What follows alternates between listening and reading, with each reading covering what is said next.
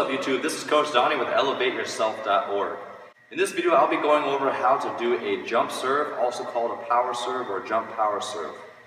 When you're doing a jump serve, you want to emulate what you're doing when you're spiking. So I do a 3-step approach when I'm doing my jump serve. Some people can do a 4 or 5. As long as your last 3 steps are consistent, you can have as many steps as you want. But the 3-step approach is the easiest to time, which is why I like that type of approach. You can choose whether you want to toss with your left hand, both hands, or your right hand. Micah Christensen is one of the rare jump servers where he does toss with his left hand. He's able to have just as effective jump serve as anybody else. So it really is about personal preference. The reason why some people choose to toss with one hand is because it allows me to flick my wrist to give me free top spin. So when I serve, it will definitely drop and I can hit the ball harder without having to worry about hitting it out.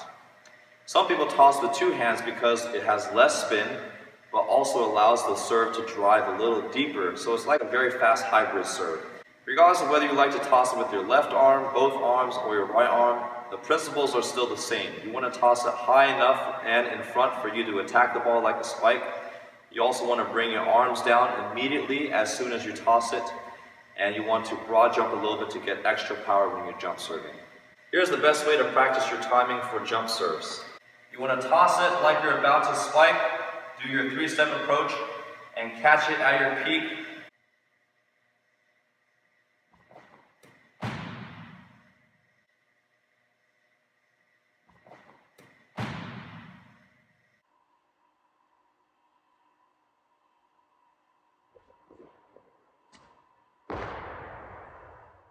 When you're tossing the ball, it helps if you point forward and up at the same time. If you only point up, it's going to go behind you, you're going to run past the ball. If you only point forward, then you're going to toss the ball too far forward, you're going to broad jump and foot fault. There are 2 thoughts on tossing in terms of timing.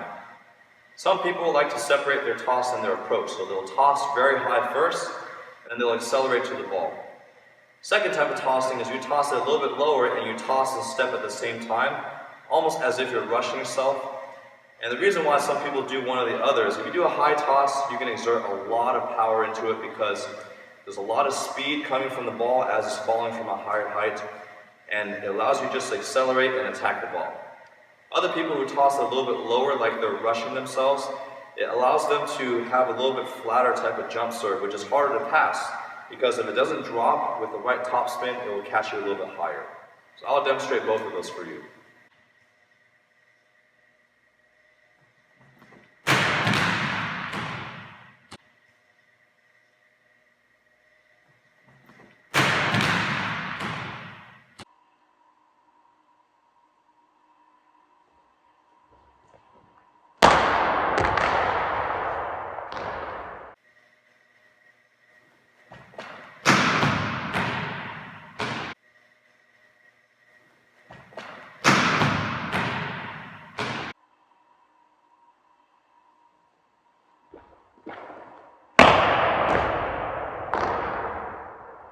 My personal preference is somewhere in between. I do like to toss and step at the same time, but I will toss it a little bit higher than the second one because I do want my body to explode into the ball and accelerate because I want to emphasize more of the power versus the driviness of the ball. So this is what my jump serve looks like.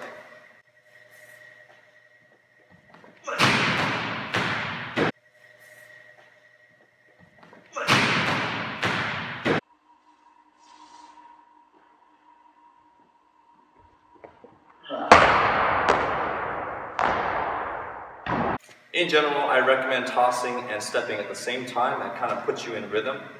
The international level, they like to toss really high first before they go.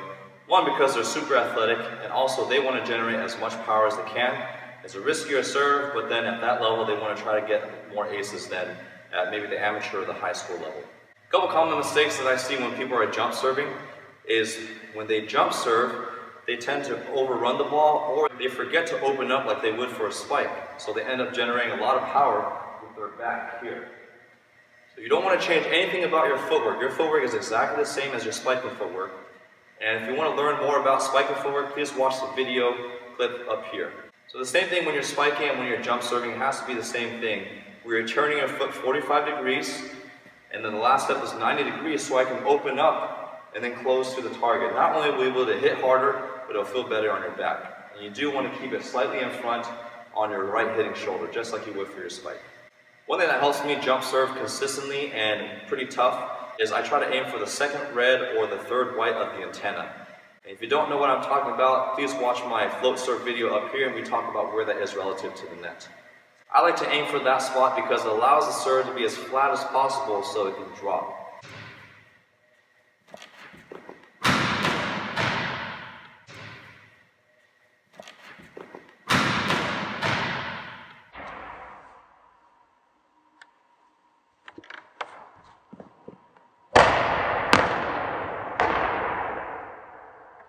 So make sure that you're contacting the ball at the equator or slightly on top and follow through. My follow through should be forward.